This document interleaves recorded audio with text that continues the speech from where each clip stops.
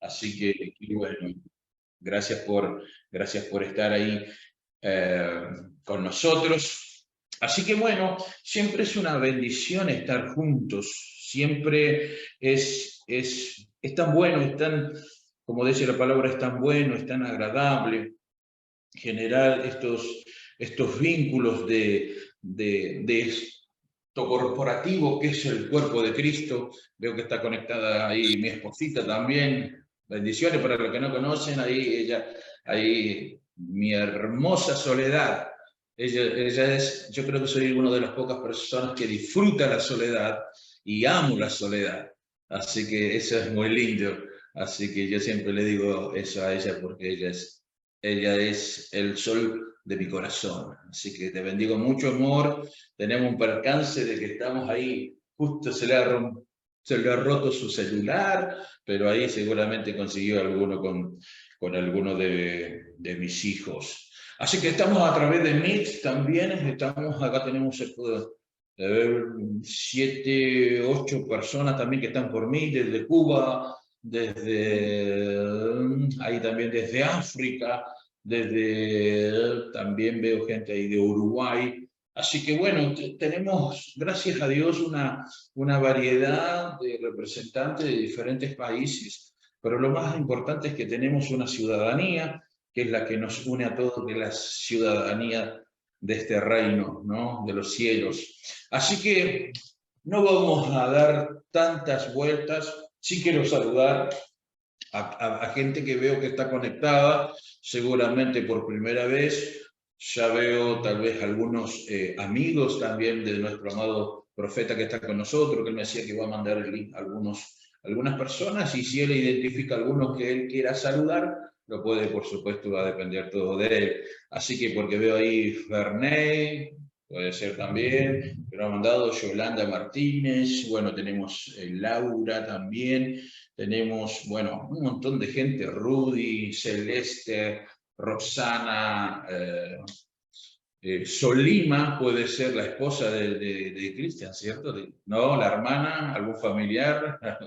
Buena Bueno, tarde, apóstol. Es mi hermana. es su hermana, así Mi que esposa se qué está bueno. conectando ahora también. Qué bueno, qué bueno. Así que bueno, tenemos a Santiago, bueno, a la pastora Fabiola desde Chile. Así que bueno, hay un montón de gente hermosa. Tenemos al apóstol Elixir también. Tenemos acá por Meet a gente de Ecuador. Bueno, ya estamos en esto lindo que es la academia. Para aquellos que se suman por primera vez, siempre les digo esto no es un instituto bíblico, no es un lugar donde vamos a estudiar un libro, sino es una academia o una escuela de revelación donde queremos expresar y queremos llevar la vida de Cristo, que es lo más importante que estamos haciendo. Esta academia ha surgido desde la necesidad de generar plataformas de reino para poder desarrollar ese Cristo glorificado en cada uno de nosotros. El año pasado, no, el anterior, tuve casi todo el año dando las clases solo, no por una cuestión de no tener ganas de compartir, sino por la necesidad de poder encontrar a otros ministros que hablen acerca de este tema, del Cristo glorificado, del nuevo pacto, y la verdad que los que podía identificar eran personas que tal vez no eran tan accesibles, ¿no? Para poder hacerlo, y Dios, orando al Señor y con mi esposa, Dios empezó a unir gente del reino, linda del reino, nuevos docentes que me ayudaron el año pasado en esta tarea, gente que tiene el mismo corazón, que tiene el mismo palpitar, y este trimestre Dios nos ha dado la oportunidad de poder ingresar con 2 docentes nuevos. Uno de ellos es Fabián Liendo, que todos conocen como el vocalista de Kiosco, pero más que vocalista de Kiosco, en esta academia entra con su pastorado, con un hombre que carga una palabra de Dios impresionante acerca de lo que venimos hablando, de la importancia de entender a este Cristo glorificado. Y hace unos meses atrás identifiqué por las redes Esa le voy a decir la verdad. Lo identifiqué por las redes al amado profeta Cristian.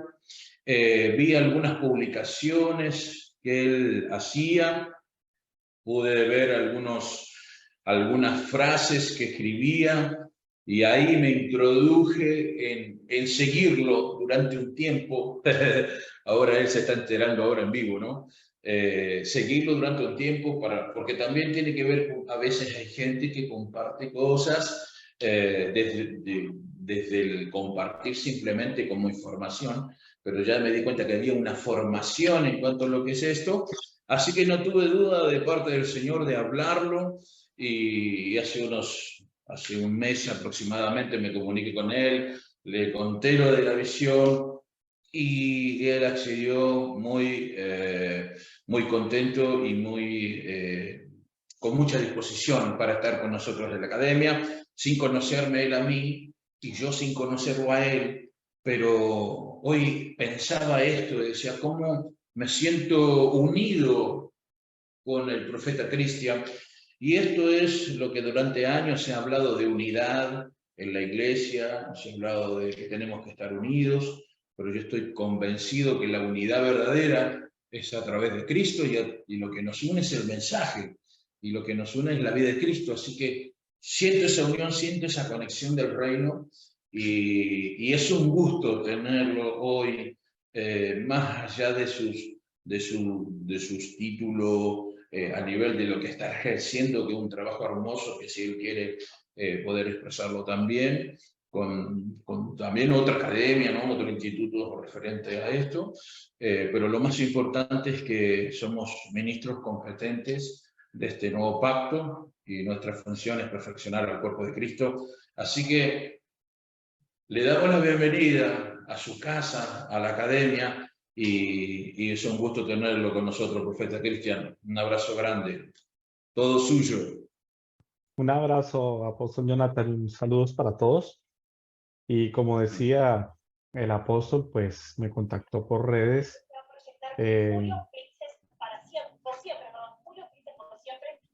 Ojo que la hermana Mercedes tiene prendido su micrófono. Disculpe, profeta, pero Tranquilo. bueno, a veces Sí, suele sería pasar. bueno que estén cerrados los micrófonos porque hay interferencia. Entonces, pues estuvimos conversando con el apóstol. Yo también empecé, como usted dice, en vivo, le estoy haciendo saber que lo empecé a seguir. Yo también empecé a seguirlo a usted y a ver sus publicaciones y gozoso, muy feliz de ver que esta palabra de gracia, reino, nuevo pacto ha corrido de una manera impactante, puesto que no viene de nosotros, viene del Espíritu Santo, y cómo el Espíritu Santo está haciendo en cada rincón del planeta. Escuchaba que aquí hay gente de Nicaragua, de El Salvador, de Guatemala, de México, de Sudáfrica, de no sé más dónde, De Cuba, Argentina, Suecia, Paraguay, Suecia, imagínense, España, Estados Unidos, España. Chile. Veo más de 35 personas conectadas por aquí, otro tanto por Meet. Entonces, es ver cómo la palabra está corriendo y eso nos alegra.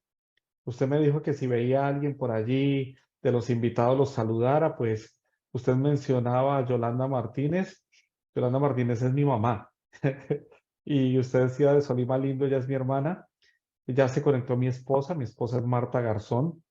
Está conectada mi hija Laura Catalina Lindo, también la vi por allí, y los pastores Ferney y Ruth, en una ciudad que se llama Anapoima, en Cundinamarca, en Colombia. No estoy hablando en lenguas, es Anapoima, Cundinamarca, y está el pastor Rudy Ortegón y su esposa, la pastora Ruth, en la capital de Bogotá. Entonces, pues no veo a nadie más de las personas con los que me pidieron compartiera el link. Si no estoy mal, el pastor Ferney está con la pastora Ruth y un grupo de su gente, de su congregación, que llegan justamente hoy día a ser edificados en liderazgo. Y pues qué bueno, ¿no? Porque esto se trata de que la palabra corra. Y apóstol, pues buena iniciativa lo de la academia, eso que usted aclaró, me parece muy interesante, ¿no? No es un instituto, no es, sino es una academia de aprendizaje de gracia, de reino, de nuevo pacto, en donde la intención es que Cristo sea formado. Y pues me alegra también ver que otras personas como Fabián se unieron. Con él nos conocimos en Argentina, estuvimos compartiendo hace poco allá y es gente linda y hay un sinnúmero de gente.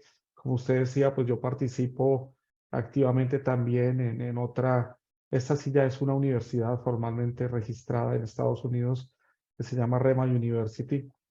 Eh, pues ahí trabajo ya hace varios años. Ministro en la red ministerial apostólica REMA hace varios años. Soy coordinador de esa red en Centroamérica y en Colombia, aunque ya estoy mudando todo hacia Estados Unidos. En la universidad funjo como director de admisiones, pero también he sido catedrático en algunas asignaturas. Y bueno, trabajando. La idea es trabajar. Ahorita estamos abriendo una plataforma para niños que se llama Rema Kids, en donde toda esta palabra que usted escucha se le está dando a los niños. Como ministerio hemos hecho unos textos escolares para niños de 2 a 5 años, de 6 a 8 años, de 9 a 11 años, en donde se les enseña esta palabra. Y hay adultos que han visto los libros y dicen, wow, eso es mucho para un niño. Se sorprenderían, hermanos. Los niños se entienden más rápido que nosotros. Los jóvenes comprenden más rápido. La gente nueva comprende más rápido. Y allí es donde nosotros, los que llevamos tiempo en el Señor, tenemos que como hacer no un control al suprimir, porque no todo ha sido malo, pero sí un alto en el camino y comenzar a escudriñar responsablemente las escrituras, indagar, inquirir, profundizar.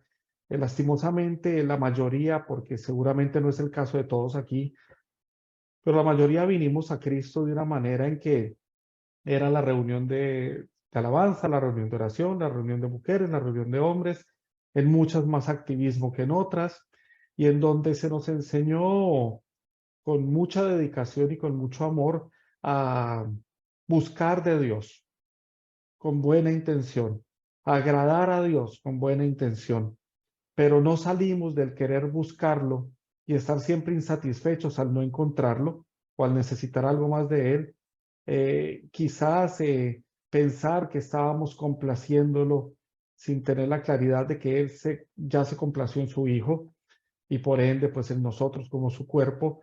Y eso trae una estructura, o no una estructura, sino trae una identidad en la mentalidad de un hijo de Dios superior a lo que una estructura religiosa pudo formar.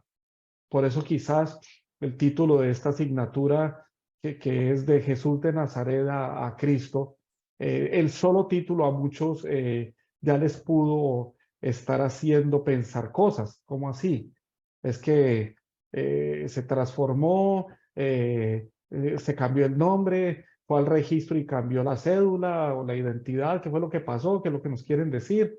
Entonces, este tipo de cosas necesitan que nosotros estemos claros en lo que ya se gestó en la cruz y en lo que Cristo consumó, y en lo que desde la eternidad y desde antes de la fundación del mundo Dios Padre ya vio en el Hijo, ¿verdad? Y por eso el apóstol Pablo en su primera carta a Efesios o a los Éfesos, en versículo 15 al 23, perdón, en Efesios capítulo 1, versos 15 al 23, aclaro, Efesios 1, 15 al 23, dice, por esta causa, yo, habiendo oído de vuestra fe en el Señor Jesús y de vuestro amor para con todos los santos, no ceso de dar gracias por vosotros, haciendo memoria de vosotros en mis oraciones, para que el Dios de nuestro Señor Jesucristo, el Padre de gloria, os dé espíritu de sabiduría y de revelación en el conocimiento de Él, alumbrando los ojos de vuestro entendimiento, para que sepáis cuál es la esperanza a que Él os ha llamado y cuáles las riquezas de la gloria de su herencia en los santos, y cuál la supereminente grandeza de su poder para con nosotros los que creemos, según la operación del poder de su fuerza, la cual operó en Cristo, resucitándole de los muertos y sentándole a su diestra en los lugares celestiales, sobre todo principado, autoridad, poder y señorío, y sobre todo nombre que se nombra, no solo en ese siglo, sino también en el venidero, y sometió todas las cosas bajo sus pies, y lo dio por cabeza sobre todas las cosas a la iglesia, la cual es su cuerpo, la plenitud de aquel que todo lo llena en todo. Y en esta oración apostólica vemos a Pablo orando por algo muy puntual, que sepamos, que entendamos, que conozcamos. La oración de Pablo no era que nos congregáramos o nos reuniéramos para ver cómo nos vamos a entretener, cuál es la canción del momento, cuál es la coreografía que vamos a hacer este domingo, o cuál es la ola evangélica que nos va a direccionar durante este año, ¿verdad? Esperamos un diciembre para recibir una palabra de alguien que nos diga que este es el año de la cosecha, ¿verdad? Mientras en otra iglesia dijeron que este es el año de la siembra. Y imagínense esa incoherencia, ¿no? Poniéndole años a las cosas. Y no, aquí Pablo ora para que sepamos, para que conozcamos lo que ya operó en Cristo. Y él lo que ora es que tengamos un espíritu de sabiduría y de revelación en el conocimiento de él. Lo importante aquí es que la palabra espíritu hace acotación a neuma, pero en toda la estructura de la frase en griego, lo que vendría traduciendo más es una inspiración. El ora es para que tengamos una inspiración de sabiduría. Y la palabra inspiración, ¿verdad? Quiere decir precisamente eso, es algo que se inspira, no es algo que se recibe de afuera, sino que va hacia adentro, una inspiración de sabiduría y revelación del conocimiento de él. Cuando menciona la palabra revelación en este contexto y en esta frase, no es quitar el velo, ¿verdad? Tiene otro sufijo la palabra apocaliptos y lo que quiere decir es introspección. Y en español esa palabra sí la conocemos todos. Introspección es mirar adentro. Entonces Pablo lo que está diciendo es, miren, yo lo oro para que ustedes tengan una inspiración de sabiduría, para que puedan ver adentro lo que ya se consumó en Cristo, porque está hablando una revelación, una introspección en el conocimiento de Él. ¿De quién? De Cristo. Cuando hay una inspiración de un neuma, ¿verdad? Cuando hay una introspección de lo que ya poseemos en Cristo, entonces ahí dice, alumbrando los ojos de vuestro entendimiento para que sepáis otra vez más, saber, conocer, entender. Por eso estas academias son necesarias. Esto es algo que la iglesia debió hacer siempre, preocuparse más por el entrenamiento, preocuparse más por la capacitación, preocuparse más por las aulas. Y esto es lo que Pablo está orando con, se le nota el deseo que él tiene de que los hijos de Dios vengan a ese alumbramiento por medio de conocer, de saber, de entender, de prepararse, de capacitarse. Y ahí ya comienza a mencionar a qué esperanza fueron llamados, cuáles son las riquezas de la gloria de esa herencia, etcétera, etcétera, etcétera. Pero la oración de él es esa, para que nosotros lo que recibamos, lo recibamos desde algo que ya tenemos. Hoy por hoy hay mucha gente buscando una revelación de Dios. Otros vienen con buena intención a decir, hermanos, hoy traigo una revelación de parte de Dios para ustedes en esta mañana. Pero recuerde que toda revelación tenía consigo un misterio, y el misterio que estaba escondido es Cristo. Y ese misterio escondido que ahora leyendo podemos entender que es Cristo mismo, ya fue revelado. Es decir, toda la revelación, toda, sin faltarle absolutamente nada, ya fue hecha en Cristo, por Cristo y para el cuerpo de Cristo. Es decir, la revelación en sí misma es Cristo. Ningún hombre, yo no puedo decirles a ustedes, hermanos, les traigo una revelación. No, la revelación es Cristo y todo, absolutamente todo fue revelado en él. Pero de lo que fue revelado, necesitamos que nuestros ojos sean abiertos. Y ese alumbramiento viene por medio de un aparecer. Por eso Pablo, cuando se le aparece Cristo, ¿para qué se le aparece? Para estas cosas me he aparecido a ti, para que me seas testigo. Y nosotros, la palabra tiene que abrir nuestros ojos para que veamos y seamos testigos. No solamente alguien elocuente que repite lo que otro dijo. Entonces, otro fue testigo de algo y yo vengo y doy testimonio de que eso fue así sin haberlo visto. Amados, eso en las leyes naturales es un falso testimonio y tiene prisión. Cuando alguien dice, no, esta persona estaba en mi casa a la hora del asesinato y lo está cubriendo porque él fue el que mató al otro. No, él estaba en mi casa. Si descubren que es mentiras, el que está siendo un falso testigo tiene mayor condena que el implicado.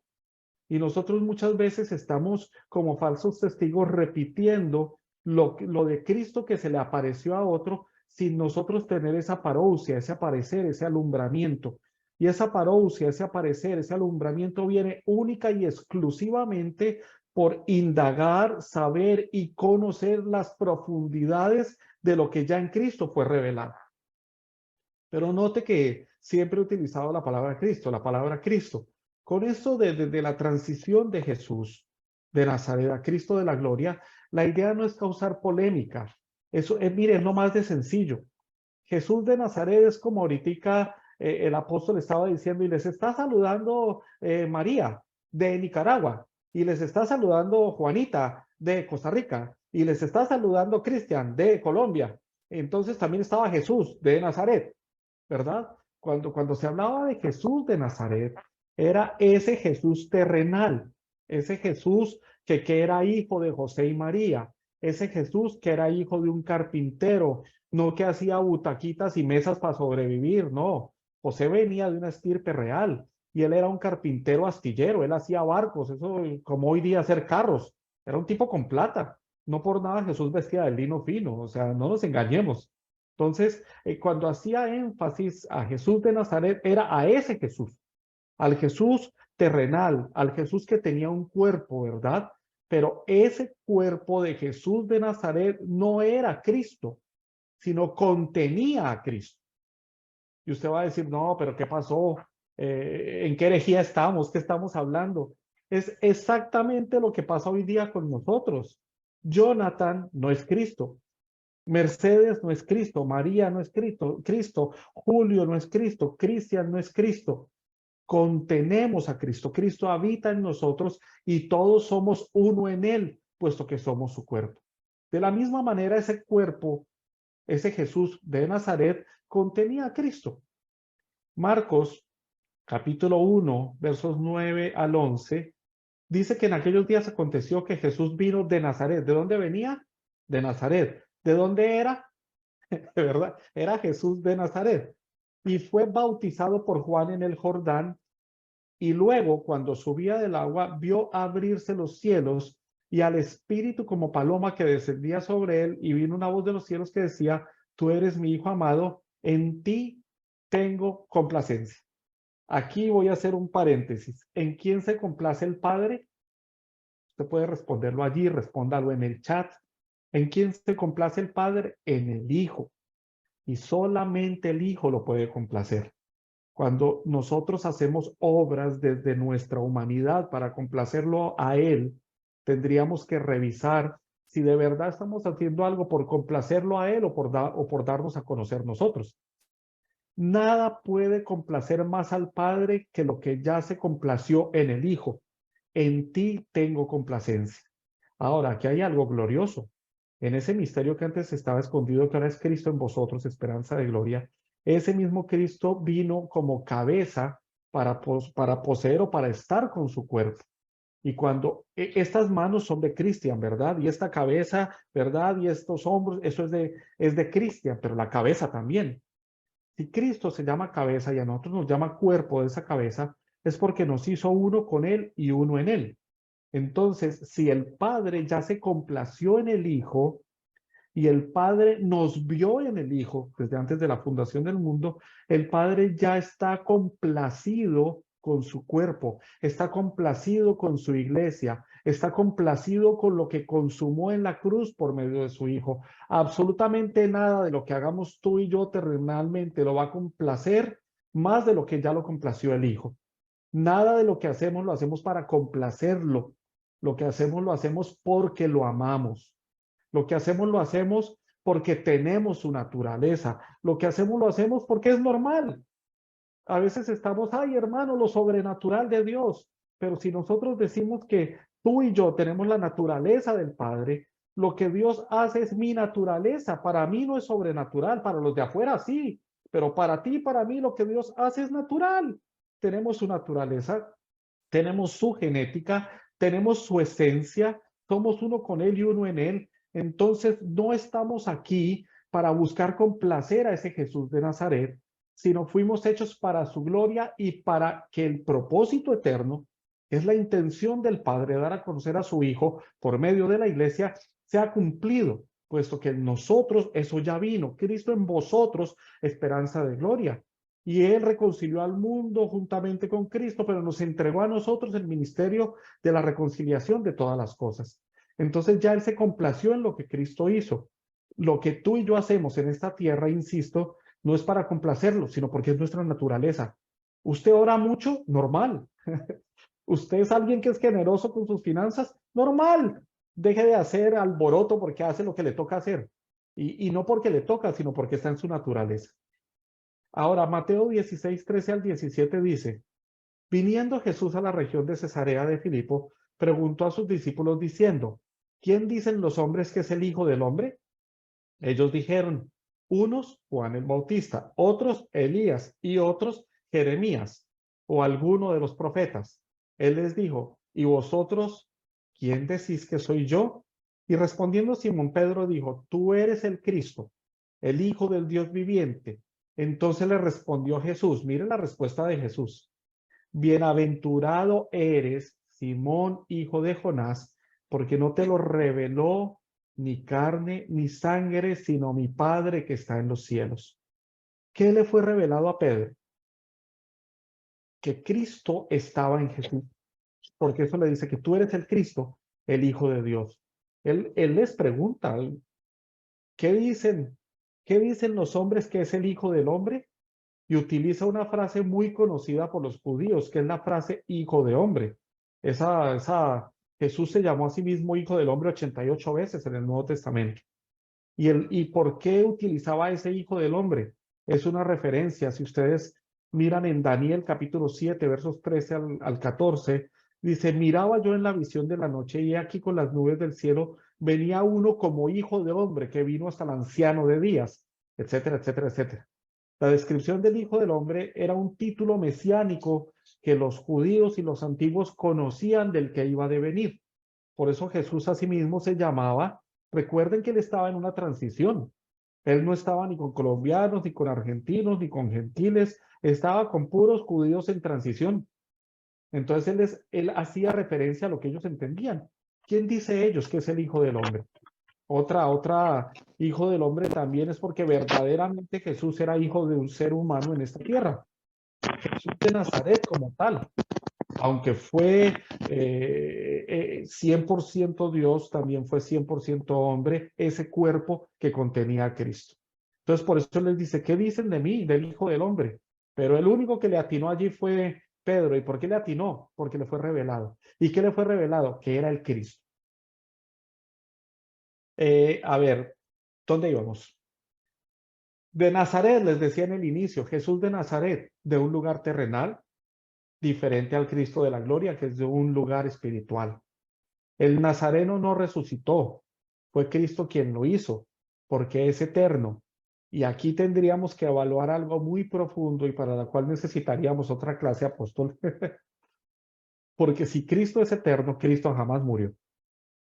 El cuerpo que murió, ¿verdad? El cuerpo que fue destruido, traspasado, atravesado, fue el de Jesús de Nazaret. Pero Cristo, 100% hombre, sufrió todo eso por nosotros. Le dolió. Él quería que pasara de él esa copa, no en que estaba en un cuerpo humano. A ver si nosotros hubiéramos podido resistir todo eso.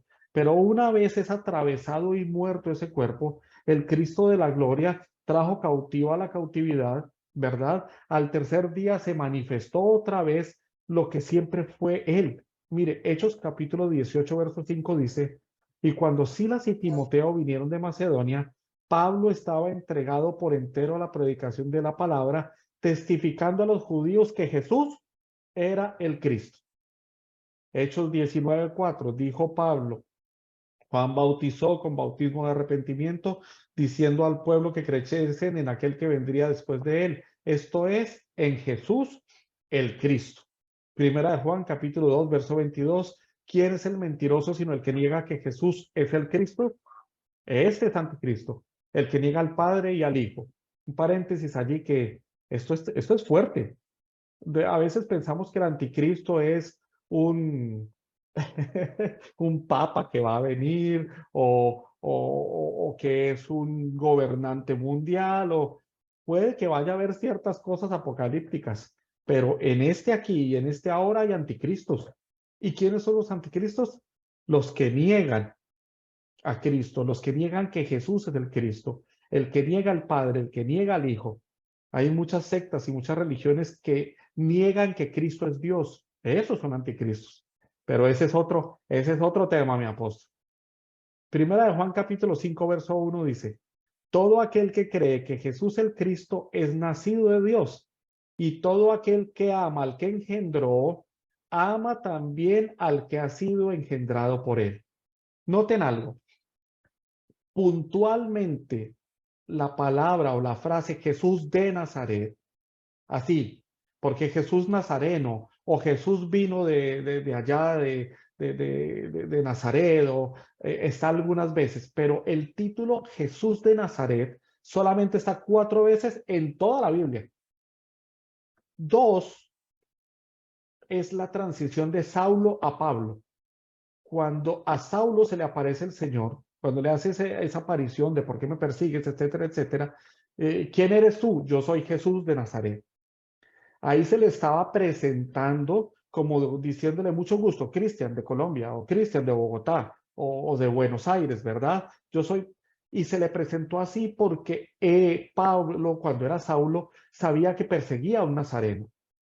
Y entonces cuando le responde, ¿verdad? Cuando Pablo ya sufre esa transición y testifica, no, a mí se me apareció Jesús de Nazaret. Entonces es un asunto solamente transicional, como de una presentación y nada más. Otra vez aparece cuando hay testigos falsos hablando mal de él. No, ese Jesús de Nazaret que está cambiando la ley de Moisés. Y otra vez lo menciona Pedro, y recuerden que Pedro era bien judío, y, y le tomó tiempo transicionar, mucho tiempo, hasta cuando estaba viejo, ¿verdad? A él ya iluminado decía que la verdad presente. Entonces, 4 veces se menciona a Jesús de Nazaret. La palabra Jesús, en cambio, se menciona 917 veces. Y después del libro de Hechos, comenzando Romanos y hasta Apocalipsis, la mayoría de las veces dice Jesús el Cristo, o Jesucristo, o Cristo Jesús, o Jesús el Señor, el Kairos. Nunca más nadie volvió a hablar de dónde era él. Entonces, ese Jesús, el problema no es el nombre de Jesús, hermano, porque usted todavía puede seguir diciendo en el nombre de Jesús o en el nombre de Cristo. El problema no es ese. El problema es que religiosamente hemos encasillado a seguir viendo al Nazareno. Y cuando usted piensa en Jesús el Nazareno, usted se hace una imagen en la cabeza del tipo mechudo, barbón, ¿verdad? Y dependiendo la imagen que usted se haya hecho de él. Hay gente que se hizo de Jesús una imagen de un tipo rubio, azul, ¿verdad? Mejor dicho, Brad Pitt con mechitos al lado de él. Ahora, otra gente se hizo la imagen más moderna, ¿verdad? De unos años para acá comenzaron a decir, no, él era hebreo, él tenía que tener rasgos judíos, y era cejón, y era moreno, y se hicieron otra imagen de él. Hollywood nos empezó a dar otra imagen de ese Jesús. Y hoy por hoy hay un seriado que se llama The Choice, si no estoy mal. The Chosen, creo que es. Y muestran un Jesús de Nazaret que es un bacán, que es un tipazo así, todo elegantoso, chévere, para las que sea, listo, vamos. Muchos se están haciendo una imagen de un Jesús que es un bacán, pero eso es lo que te creas en la mente. El problema no es la imagen que tengas de él. El problema no es Jesús o Cristo. El problema es que sigamos pensando que el Cristo de la gloria, que ese Jesús glorioso, que ese Hijo de Dios, sigue metido y encasillado en los 4 evangelios, mirando a ver a quién sanar, o mirando a ver a quién resucitar, o mirando a ver qué milagrito hace. No, no, no, no. Ese Jesús transicional de los evangelios era un Jesús que estaba cumpliendo un ministerio, y noten algo importante, fue un ministerio de tan solo 3 años terrenalmente, en donde el primer año cumplió toda la ley. El segundo año la comenzó a editar. Oíste que os fue dicho, más yo os digo. y el tercer año la declaró obsoleta. Llevó en la cruz del madero la maldición de la ley. Él vino a cumplir la ley porque solo cumpliéndola la podía declarar obsoleta y decir, como dice en Hebreos capítulo 8, que ese testamento antiguo, ese pacto antiguo es inútil porque desaparece. Pero eso lo podía hacer únicamente Cristo. Si usted lee con detenimiento el libro de los Hebreos o la carta a los Hebreos, usted se va a encontrar por allá en el capítulo 9 que comienza a hablar de todos los oficios del culto, que el pan, que la vara, que no sé qué, que sí sé cuándo, y por allá en el verso 10 y 11 se detiene y dice, pero todo eso es hasta el tiempo de reformar todas las cosas. Y el verso 11 del capítulo 9 de Hebreos dice, mas estando ya presente Cristo, representante de los bienes eternos. Estando ¿cuándo presente?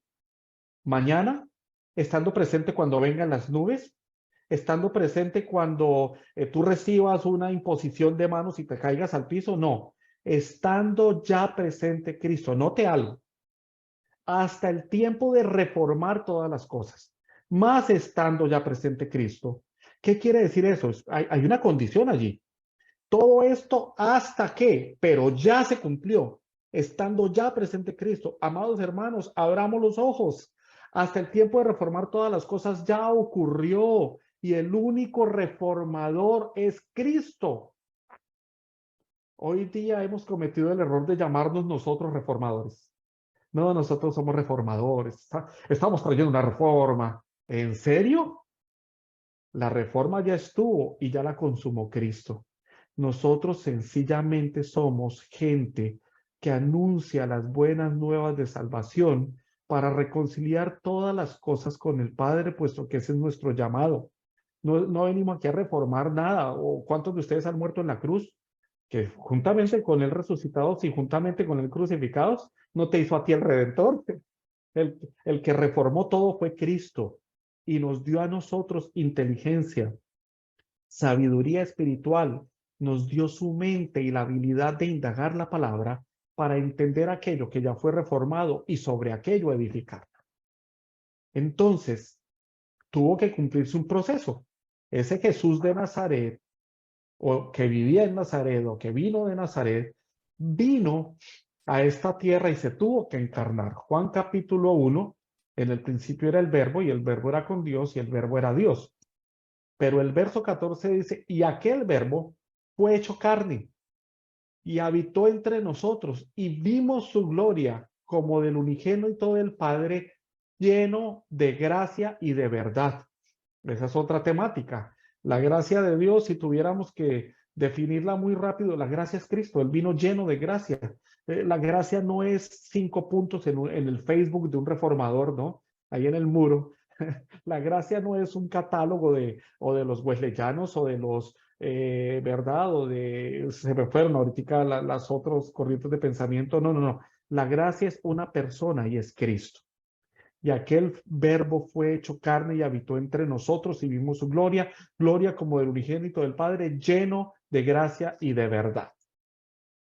Hebreos capítulo 2, verso 14, la nueva traducción viviente dice, debido a que los hijos de Dios son seres humanos hechos de carne y sangre, el Hijo también se hizo de carne y sangre, pues solo como ser humano podía morir, lo que les decía anteriormente. Y solo mediante la muerte podía quebrantar el poder del diablo que tenía el poder sobre la muerte. ¿A quién podía quebrantar? Al diablo, que tenía el poder sobre la muerte. Yo veo que por allí hay gente que levanta las manitos, pero me dijeron que el tiempo de preguntas es al final. Así que si usted tiene una pregunta, apúntela para que no desviemos la temática. Entonces, Satanás o el diablo era quien tenía el poder de la muerte. Y solo mediante la muerte le podía quitar ese poder. Es verdad que el diablo tenía mucho poder de muchas cosas. Miren cuando está tentando a Jesús en el desierto. Si postrado me adoras, te entregaré todo eso. ¿Usted qué dice? Diablo mentiroso, padre de toda mentira. Ah, diablo, te reprendo. Oiga, el diablo estaba diciendo la verdad. Él terrenalmente era el dueño de todo eso. ¿Y quién se lo había entregado? Adán. Es que estos son temas profundos. A mí el apóstol me dijo que esto era una academia, ¿verdad? Adán le había entregado todo. Él le estaba diciendo, esto es mío, yo se lo entrego. Pero ¿a qué vino Cristo? Entre tantas cosas, a recuperar lo que se había perdido. Pero era necesario morir para en muerte quitarle el dominio de las cosas que tenía el que tenía la muerte, el que podía hacer morir la economía, el que podía hacer morir eternamente, el que podía, le tenía que quitar en la muerte. Eso lo que hizo fue venir a morir, ¿verdad? Tenía que haber un cuerpo que muriera, tenía que haber muerte, tenía que haber ese rompimiento de ese cuerpo para que en esa muerte le arrebatara al momento de resucitar, porque eso traía todo argumento, eso rebatía todo lo que era y lo declaró derrotado, lo exhibió públicamente como alguien derrotado. La carta a los hebreos dice que las obras de las tinieblas fueron deshechas. El enemigo fue derrotado, Cristo lo derrotó, Cristo lo venció, Cristo le quitó todo poder que tenía sobre los hijos de Dios. Y todavía nos encontramos hijos de Dios haciendo guerra espiritual. Pero amados, insisto, esa es otra temática. Entonces viene encarnado. Y como encarnado ese es el primer punto de la glorificación de Cristo. Primero Cristo encarnado, luego Cristo crucificado. Marcos capítulo 16, verso 6. Mas él les dijo, no os asustéis, buscáis a Jesús Nazareno, el que fue crucificado, ha resucitado, no está aquí, mirad el lugar donde le pusieron. Romanos capítulo versos 6, perdón, capítulo 6, verso 6 dice, sabiendo esto, que nuestro viejo hombre fue crucificado juntamente con él, para que el cuerpo de pecado sea destruido, a fin de que no sirvamos más al pecado. Gálatas capítulo 3, versos 13 y 14, Cristo nos redimió de la maldición de la ley, hecho por nosotros maldición, porque escrito está, maldito todo el que es colgado en un madero, para que en Cristo Jesús la bendición de Abraham alcanzase a los gentiles, a fin de que por la fe recibiésemos la promesa del Espíritu. Juntamente con el crucificado, sencillamente nos permite que lo que antes era una promesa en Abraham para nosotros sea una herencia. Y este es otro paréntesis de muchos que voy a abrir por allí y luego a cerrar. En Cristo nosotros recibimos ese privilegio y ese derecho de ser herederos y coherederos. Ya no somos hijos de Dios esperando la promesa.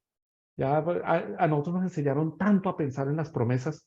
La Biblia, promesas, la cajita de promesas, el naipe de promesas. Nos enseñaron tanto a vivir la promesa que se nos olvidó que éramos herederos. En Cristo y en esa muerte en la cruz se nos hizo herederos y lo que era una promesa para nosotros se volvió una herencia. Era tal el pecado o sea, se hizo maldición por ti y por mí. Por eso, Padre, ¿por qué me has abandonado? Porque el Padre quitó su rostro del pecado, de todo lo que estaba cargando por nosotros. Todo lo hizo por nosotros.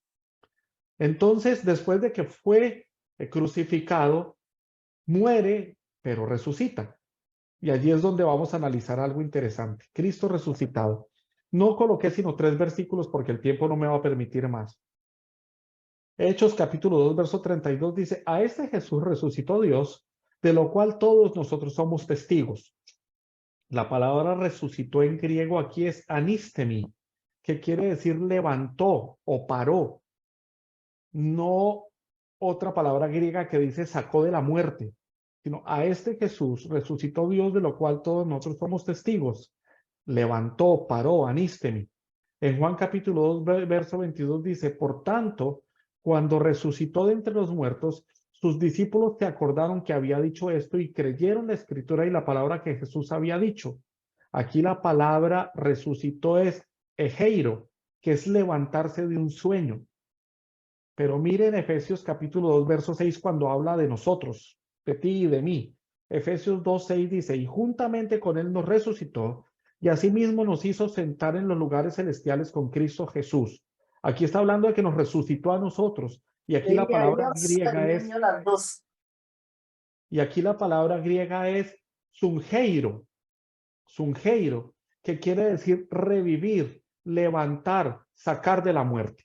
A ti y a mí nos revivieron, nos levantaron, nos sacaron de la muerte. Él se levantó de un sueño. Él solamente se levantó. En las palabras griegas que hablan a su resurrección, es como que se levantó de estar sentado, se levantó de estar acostado, se levantó no de una muerte, no habla de una muerte terminal o de algo que terminó, porque Cristo es eterno. Hubo un cuerpo terrenal que murió, el de Jesús de Nazaret, el del hijo de José, ese murió, ese cuerpo, pero lo que resucita es Cristo de la gloria y resucita en evidencia de nuestros ojos terrenales, de los de esa época, quedó registrado en la historia y tú y yo sabemos que resucitó. Pero la eternidad y el conocimiento de lo eterno es tan profundo que no sé si nuestras mentes terrenales puedan entender que el Cristo de la gloria nunca murió, porque entraríamos en una contradicción de razonamiento. No, Cristo murió por mis pecados, sí, pero en su eternidad, Él lo que hizo fue venir en un cuerpo que sí moría para levantarlo de la muerte y con ello vencer a la muerte y entonces colocar eternidad en el corazón de los hombres, por lo cual la muerte para ti y para mí no existe. Yo no sé si me estoy haciendo entender, pero para ti y para mí la muerte ya no existe a causa de que Él venció la muerte. Mucha gente dice, ay, yo estoy esperando ese tiempo de la resurrección y yo voy a resucitar en Cristo. Hermano, yo ya resucité. La Biblia dice que en Cristo nosotros fuimos resucitados, juntamente con Él, crucificados, juntamente con Él, resucitados. El Padre en el Hijo ya nos resucitó, amados. Y esto no es para hacer un dogma, una doctrina, ni para, ay, ¿será que sí resucité? ¿Será que voy a resucitar? ¿Será? No, en Cristo ya resucitamos y por eso Dios puso eternidad en el corazón del hombre, por medio de Cristo, el cual era eterno. Tú y yo no somos eternos. Eterno Cristo, eterno Dios, porque Él siempre estuvo.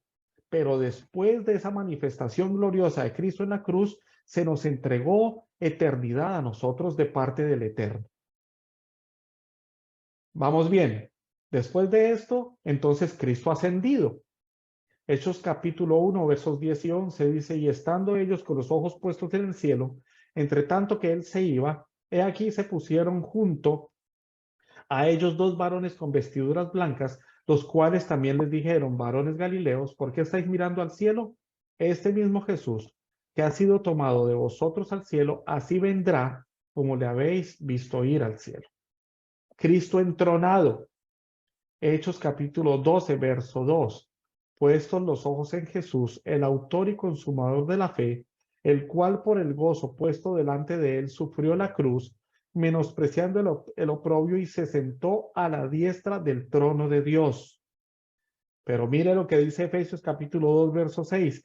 Y juntamente con él nos resucitó y asimismo nos hizo sentar en los lugares celestiales con Cristo Jesús.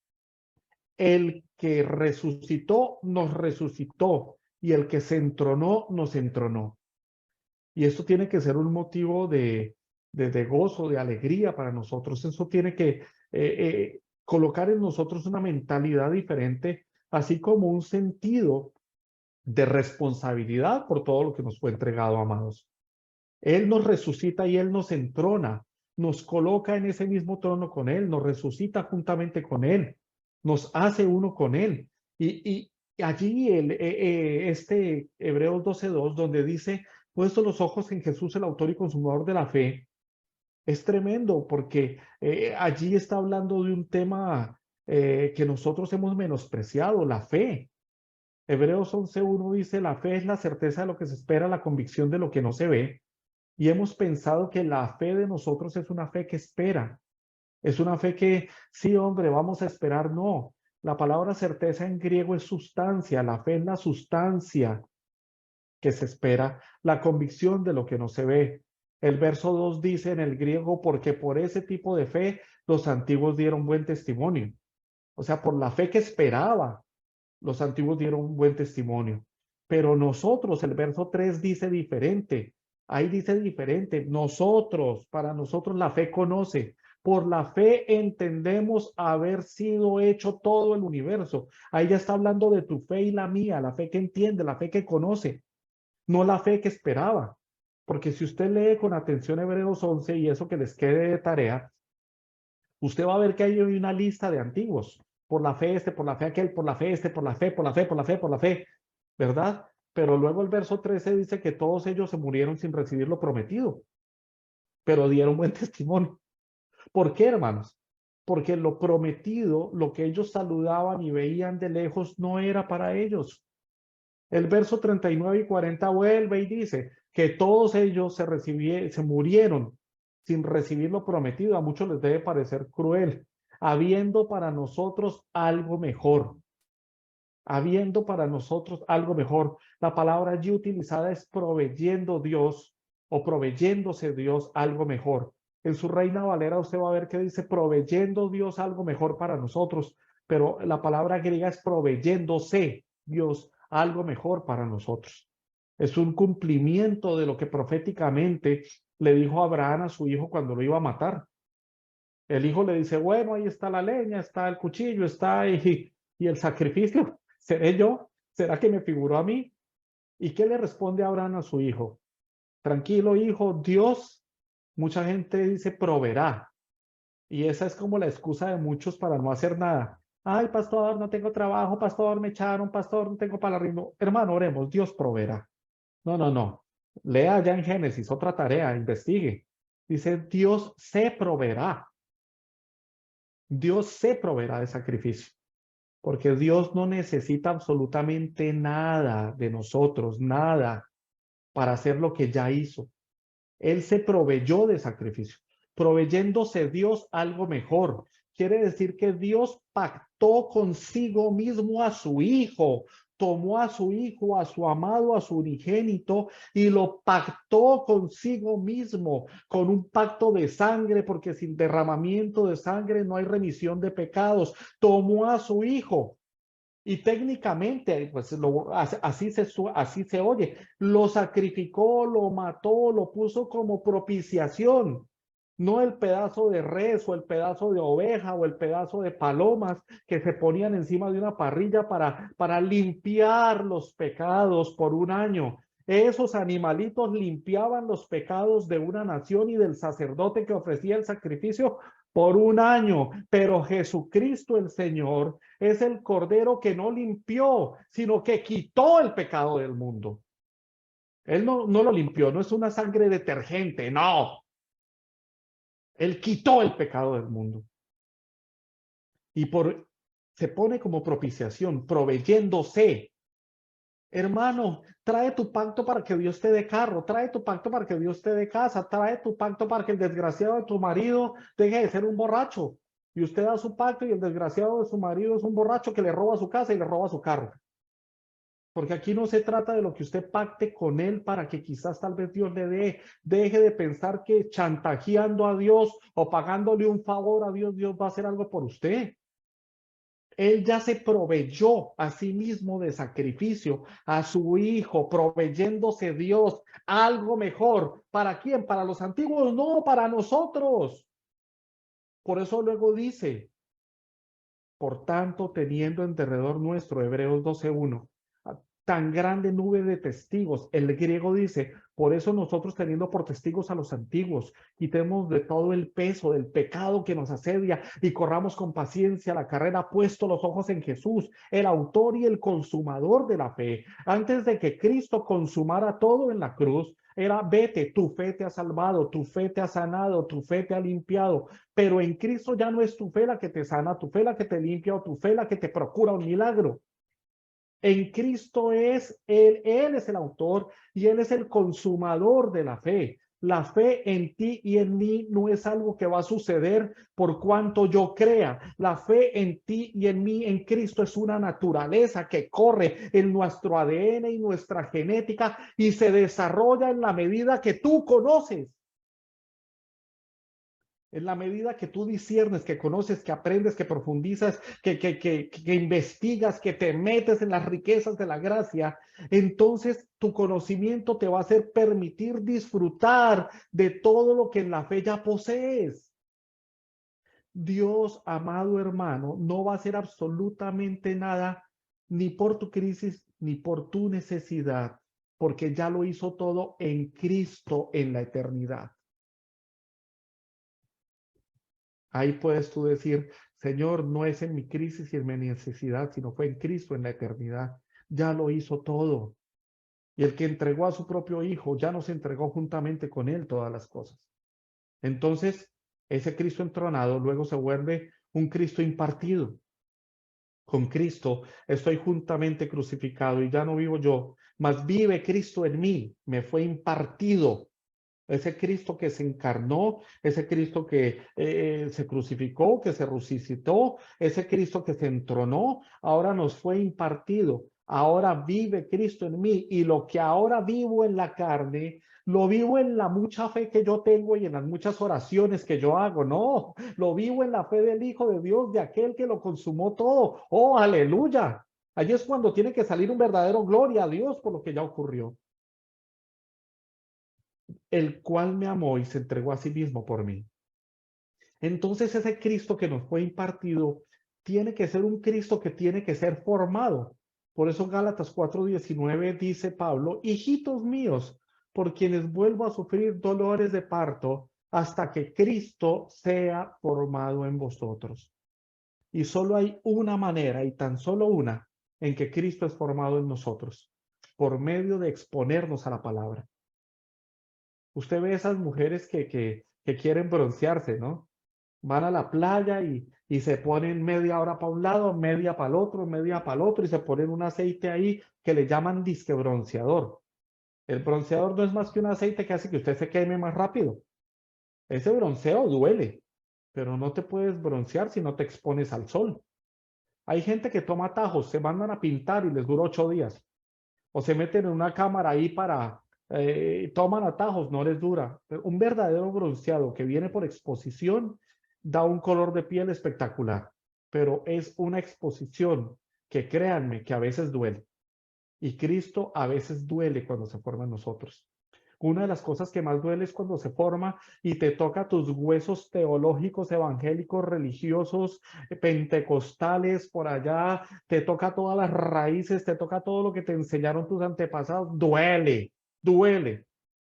Y cuando se te empieza a formar, porque ya ese Cristo que se forma, que se reveló, que se impartió, cuando se te empieza a formar, duele también cuando dices, ay, qué tonto era yo, cómo no me había dado cuenta. Y ese Cristo formado es un Cristo revelado.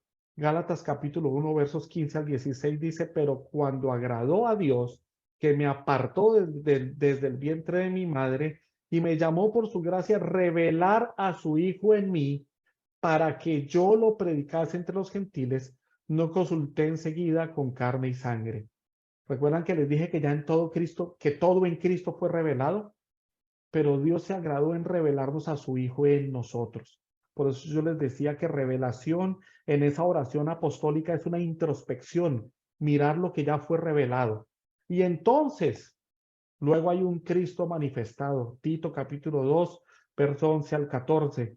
Porque la gracia de Dios se ha manifestado para salvación a todos los hombres, enseñándonos que renunciando a la impiedad y a los deseos mundanos, vivamos en este siglo sobria, justa y piadosamente, aguardando la esperanza bienaventurada y la manifestación gloriosa de nuestro gran Dios y Salvador Jesucristo, quien se dio a sí mismo por nosotros para redimirnos de toda iniquidad y purificar para sí un pueblo propio celoso de buenas obras.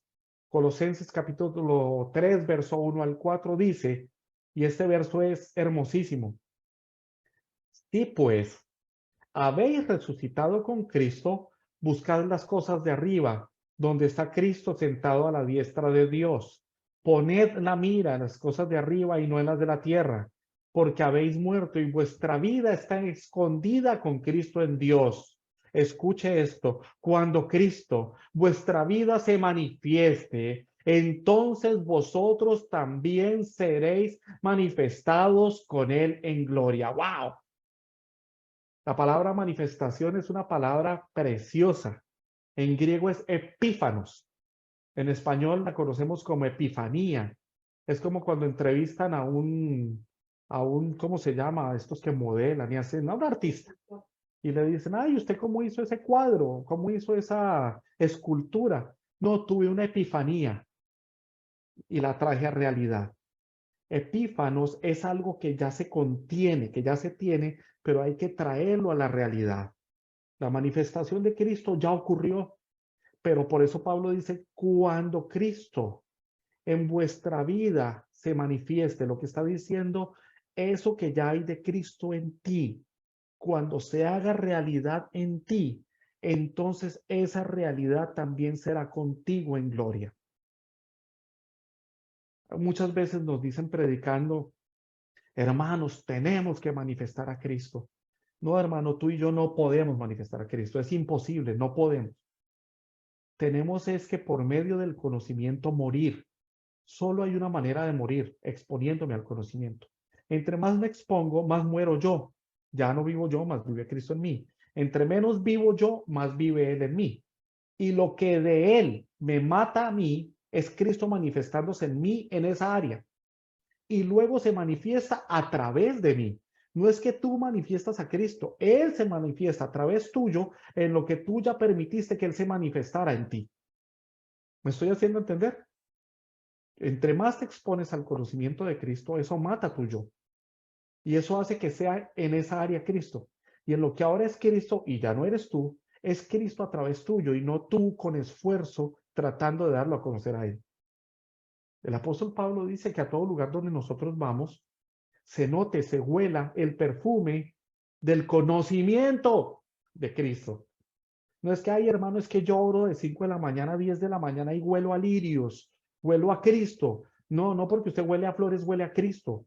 Cristo es conocimiento, que en todo lado se vea el conocimiento de Cristo en ustedes. Eso es el perfume, eso es lo impregnado de Cristo en ustedes. Se tiene que notar, muchas veces ni hablar, sino que se note que en nosotros la vida de Cristo ya se manifestó en nosotros y entonces se manifiesta a través de nosotros. Y entonces ocurre algo poderoso, que es la manifestación gloriosa de Cristo por medio de su cuerpo. Romanos 8:19 dice, porque el anhelo ardiente de la creación es aguardar la manifestación de los hijos de Dios. Es interesante que allí dice con desesperación. Los hijos de Dios anhelan o se anhela de los hijos de Dios ardientemente que se manifiesten. Pero los hijos de Dios anhelan, no todos, pero la mayoría, que Cristo se manifieste en una